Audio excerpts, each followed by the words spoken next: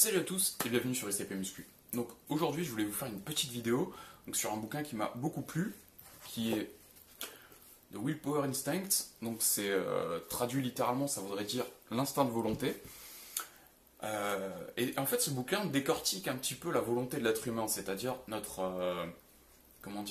capacité à aller nous confronter à des situations potentiellement éprouvantes et potentiellement aussi en accord avec nos objectifs. Donc typiquement, si on ramène ça à notre cas de sportif, ça va être de nous confronter à certains protocoles d'entraînement, certains types d'entraînement, certaines séances qui sont en accord direct avec nos objectifs, mais potentiellement pas agréables à faire, forcément. Parce que généralement, et on le sait tous, on aura forcément une préférence à faire ce pour quoi on est bon, ce qu'on est habitué à faire. Parce que c'est beaucoup moins fatigant, éprouvant, ça nous demande beaucoup moins de réflexion. On peut quasiment le faire en pilote automatique, c'est beaucoup plus dans nos habitudes, donc c'est beaucoup moins éprouvant sur le plan de la volonté. On n'a pas besoin de se forcer à faire ça. Du côté de la nutrition, c'est pareil, personne n'a besoin de beaucoup de volonté pour aller manger un burger ou une glace. Par contre, il faut beaucoup plus de volonté pour être au restaurant avec des potes qui vont manger des burgers et des glaces, et pour autant essayer de manger quelque chose qui rentre dans notre alimentation, donc de manger sainement, de boire une eau pétillante en mangeant une salade composée, ce genre de choses.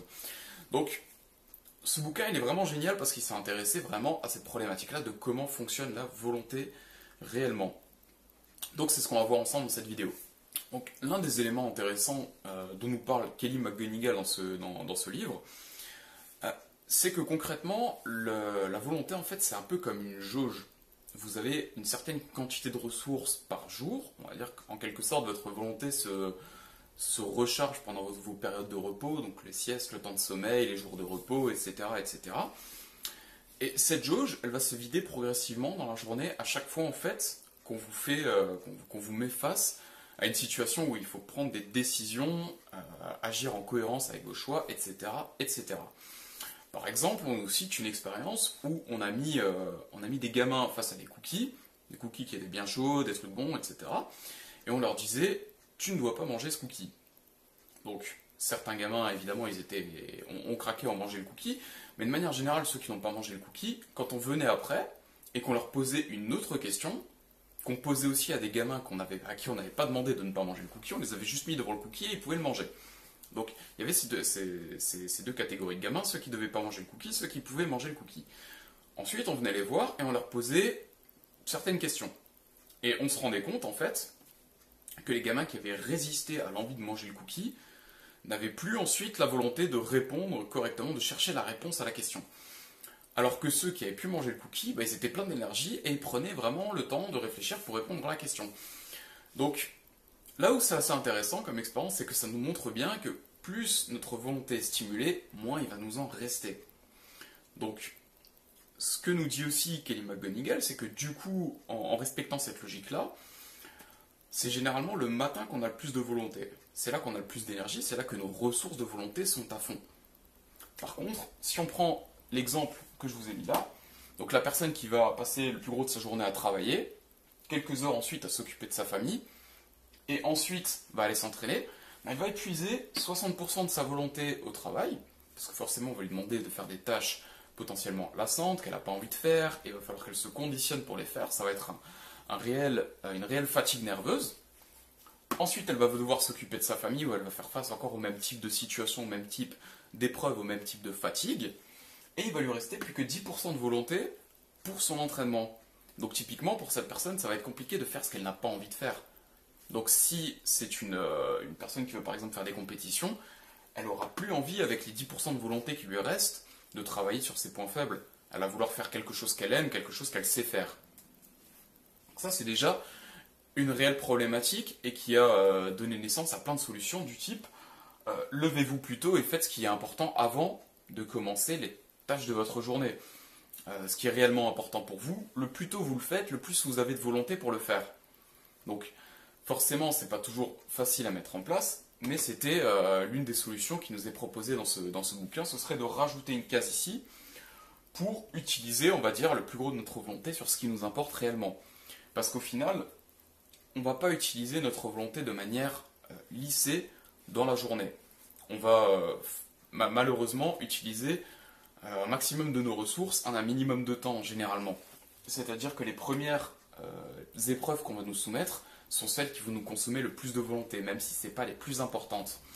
Raison pour laquelle c'est bien parfois de se poser la question de est-ce que je ne peux pas faire les choses importantes avant, les choses qui le sont moins. Donc typiquement, vous faites un travail répétitif qui ne demande pas forcément beaucoup de réflexion, vous n'avez pas particulièrement de responsabilité, etc. Votre but premier, c'est pas votre carrière, etc. Vous faites juste ça pour payer vos factures en quelque sorte.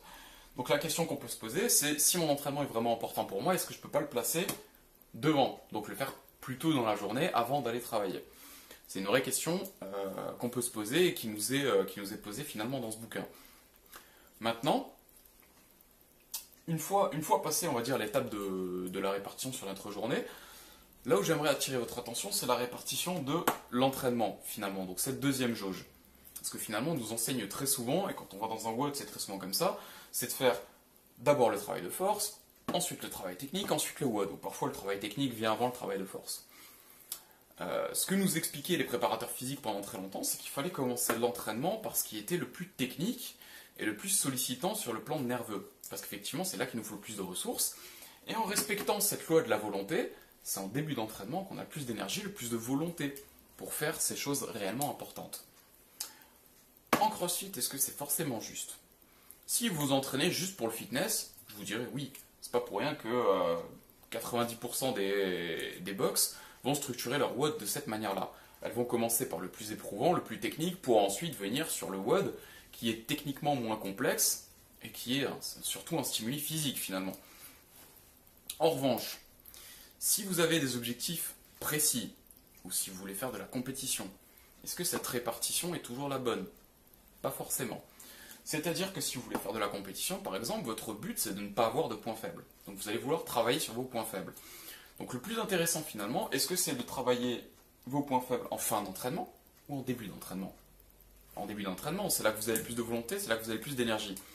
Donc si vous êtes quelqu'un, par exemple, qui est très fort, qui maîtrise bien la technique sur les mouvements d'haltéro, de gymnastique, etc., mais qui en revanche a une capacité cardiovasculaire un peu déficitaire, est-ce que c'est intelligent de garder le WOD pour la fin de l'entraînement quand il ne nous reste plus que 10% de volonté? Pas forcément. Ce serait plus pertinent de le faire en début d'entraînement, de commencer votre entraînement par ce dont vous avez réellement besoin. Donc, même si les préparateurs physiques nous disent que oui, la force c'est plus technique, c'est plus éprouvant nerveusement, donc il faut le faire en début d'entraînement. Oui, mais si par rapport à votre discipline vous êtes suffisamment fort, ne le faites pas en début d'entraînement, ça vous sert à rien. Faites-le en fin d'entraînement pour maintenir vos acquis, parce que vous êtes suffisamment fort, mais en début d'entraînement, faites ce dont vous avez réellement besoin.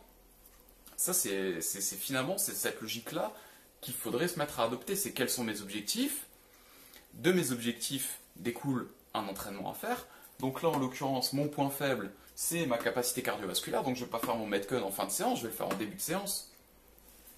C'est ça la question. Par contre, oui, si je suis faible en force, si c'est ça mon point faible, alors je vais faire la force en début d'entraînement, systématiquement. Ça c'est sûr, c'est ça mon point faible, donc je vais le faire en premier. C'est là que je ne suis pas à l'aise, c'est là que je ne suis pas dans ma zone de confort, donc je vais le faire en début d'entraînement. Par contre, si ma zone de confort, c'est la force, je la garde pour la fin. Je suis bien assez fort là-dessus. Typiquement, si je vous prends mon exemple, moi c'est ce que je fais. Je suis bien meilleur en force, même si je ne suis pas le plus fort, même si je ne suis pas suffisamment fort par rapport au standard du CrossFit. Mais par rapport à mon poids, par rapport à mon niveau, c'est là où je suis le plus à l'aise. Donc je vais pas commencer tout le temps mes séances par ça. Je vais commencer mes séances comme ça. Puis comme ça, puis terminer là où je suis le plus à l'aise finalement. Parce que j'ai pas besoin de volonté pour faire ce que j'aime, mais pour faire ce dans quoi je suis à l'aise. Travailler lourd, faire des gros protocoles de force en fin de séance ne me dérange pas. C'est quelque chose que j'aime faire et c'est quelque chose sur lequel je suis à l'aise. Donc je le fais en fin de séance. Pas de problème. Par contre, subir un Fran en fin de séance, pour moi, c'est impossible. Parce que j'ai plus d'énergie, j'ai plus la volonté de faire ça. Parce que c'est trop dur pour moi, c'est mon point faible. C'est ce que j'aime pas faire, c'est ce que je sais pas bien faire. Donc, si je le fais en fin de séance, ça va être très difficile pour moi. Par contre, si je le fais en début de séance, je vais me conditionner pour ça. Je vais m'échauffer pour ça. Je vais me préparer psychologiquement pour ça. Quand on se prépare psychologiquement en entraînement, on ne se prépare pas psychologiquement à la fin de l'entraînement. On se prépare pour le début de l'entraînement, parce qu'on s'échauffe pour le début de l'entraînement. On se prépare complètement pour ça. Donc si le début de l'entraînement, c'est de faire, je sais pas moi, 5 x 3 au squat clean, mais qu'après je dois faire un Murph, bah, je ne vais pas me préparer psychologiquement pour le Murph, je vais me préparer psychologiquement pour le 5x3. Je vais me préparer physiquement, au travers de mon échauffement, pour le 5x3. Alors que le 5x3 est pas du tout aussi éprouvant sur le plan nerveux, sur le plan de la volonté, que le Murph. Donc, est-ce que ça vaudrait pas la peine de me dire, je vais faire le Murph en premier? Oui, je vais pas soulever aussi lourd sur mon 5x3, mais finalement, est-ce que c'est réellement important? Là encore, tout est question de point de vue. Quel est mon objectif? Si mon objectif c'est de faire des compétitions d'haltéro, alors non, fais le squat clean en premier. Par contre, si mon objectif c'est d'être un bon crossfitter et qu'actuellement il faut que je travaille mon cardio, je vais faire le Murph en premier. Donc, réellement, cette question-là, finalement, c'est quelque chose de tout bête. C'est quelque chose dont on nous parle au travers de plusieurs centaines de pages dans ce livre-là. Mais pour moi, c'est un peu une révélation pour la plupart des gens, parce que finalement, on se retrouve toujours avec ce schéma d'entraînement. Toutes les programmations qu'on regarde, elles sont faites comme ça quasiment. Sauf certaines programmations, par exemple quand on arrive aux Open, la priorité c'est d'être bon sur des metcons. Donc, le WOD, il passe en premier. Mais là, on n'est pas sur du personnalisé. On part du postulat que voilà, tout le monde a le même besoin. Ou en tout cas, on essaie de trouver une formule qui va satisfaire les besoins de tout le monde de la meilleure des manières. Donc une formule un peu passe-partout. Et ça fonctionne, la plupart des programmations fonctionnent très bien. En revanche, si vous êtes largement en avance sur la force, ben, toutes les programmations que vous proposez de commencer par ça, ben, elles ne mettent pas dans le mille. Ou alors vous prenez la programmation et vous modifiez, après vous modulez l'entraînement, c'est-à-dire que vous gardez la même logique. Donc par exemple, ma force, c'est un 5x5 au deadlift. Mon skill, c'est 10 minutes de travail sur les muscle-up. Et mon WOD, c'est un Fran. Mais que mon point faible à moi, c'est le cardio. Je vais commencer par le Fran. Ensuite, je vais faire le 5x5 au deadlift. Et ensuite, je vais faire 10 minutes de travail au muscle-up. Ou alors, si même je suis encore plus à l'aise en force, je vais faire le Fran, la gymnastique et ensuite le deadlift. Donc, finalement, là où ce bouquin est vraiment intéressant, c'est qu'on a déjà cette première question de quand est-ce que tu t'entraînes. Est-ce qu'il te reste réellement de l'énergie pour ton entraînement? C'est une bonne question à se poser. Si vraiment ton objectif c'est de faire des compétitions, c'est de progresser, etc., quand est-ce que tu t'entraînes? Est-ce que tu t'entraînes quand il te reste 100% de ta volonté et que tu peux donc utiliser 60% de ta volonté dans ton entraînement? Ou est-ce que tu t'entraînes quand il te reste plus que 10% de ta volonté et que du coup te mettre dans le dur ce sera très très compliqué, tu résisteras pas? Donc, première question, quand est-ce que tu t'entraînes? Deuxième question, comment est-ce que tu t'entraînes? Est-ce que tu t'entraînes réellement en ciblant tes priorités? Est-ce que tu utilises ta volonté là où tu en as besoin? Ou est-ce que tu l'utilises là où tu as envie de l'utiliser parce que c'est confortable pour toi? Est-ce que tu utilises ta volonté pour manger un cupcake? Ou est-ce que tu vas utiliser ta volonté pour suivre ton plan alimentaire? Est-ce que tu vas utiliser ta volonté pour faire le WOD horrible et totalement traumatisant qu'il faut que tu fasses pour être en meilleure condition physique? Ou est-ce que tu vas l'utiliser pour faire du biceps curl? Ah, pose-toi réellement cette question-là. Est-ce que je fais les choses que j'ai besoin de faire? Et sans forcément te mettre de pression, parce qu'on a tous le droit de faire des entraînements un peu sweet, un peu pour le plaisir, entre potes, faire ce qu'on a envie de faire, etc. Ça nous fait du bien aussi.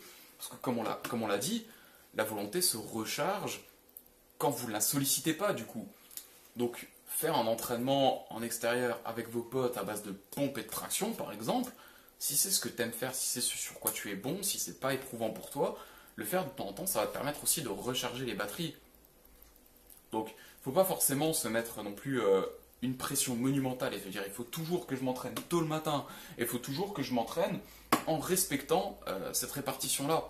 Ou en tout cas, il faut toujours que je m'entraîne quand j'ai de la volonté et que je commence par ce qui est le plus éprouvant pour moi. C'est ce que tu vas devoir faire le plus souvent pour progresser au maximum. Mais pour autant, de temps en temps, tu as le droit aussi de relâcher la pression et de faire un WOD sympa avec tes potes, même si c'est pas ce dont tu as principalement besoin. Si tu es très fort, fais de temps en temps un RM deadlift, ça te fera du bien aussi. Ça te fera du bien moralement surtout.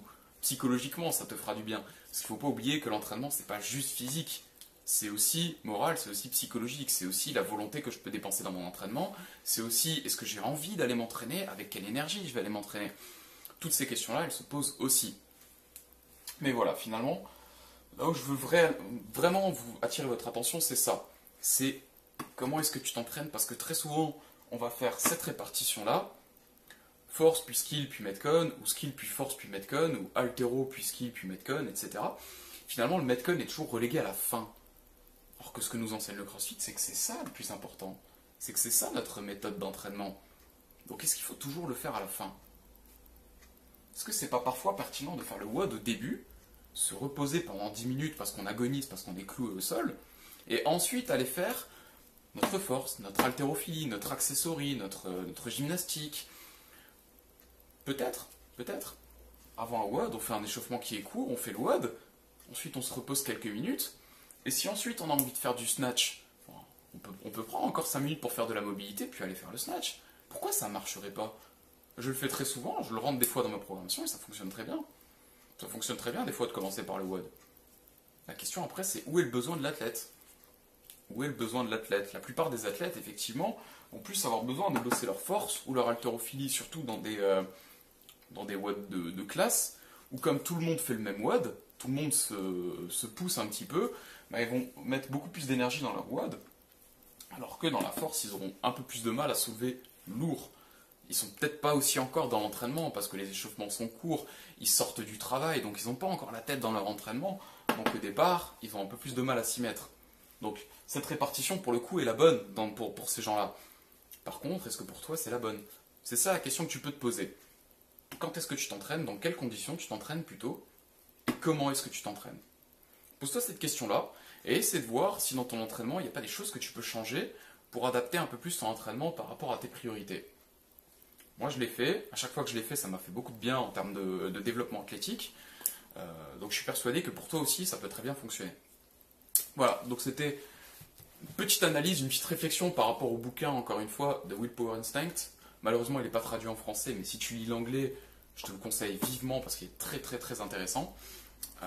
Voilà, il a été écrit par Kelly McGonigal, si tu veux chercher. Il se trouve sur Amazon, il n'est pas bien cher. Je t'invite vraiment à le lire si tu lis l'anglais, il est très très intéressant, il peut se décliner à plein de choses dans ta vie. Moi personnellement, quand je l'ai lu, j'ai pensé CrossFit forcément, mais voilà, on peut s'en servir pour plein de choses. La preuve, c'est ce qui m'a amené à cette réflexion-là. Donc voilà, j'espère que cette vidéo t'a plu, qu'elle t'a ouvert des pistes de réflexion. Si c'est le cas, n'hésite pas à mettre un petit like, à la partager éventuellement autour de toi si tu as des gens qui sont peut-être dans cette problématique-là. Dans tous les cas, je te remercie d'avoir regardé cette vidéo. Abonne-toi à ma chaîne si ça t'a plu pour retrouver d'autres vidéos de ce type sur l'entraînement, sur la nutrition, sur le fitness, etc. Et dans tous les cas, je te dis à très bientôt sur UCP Muscu.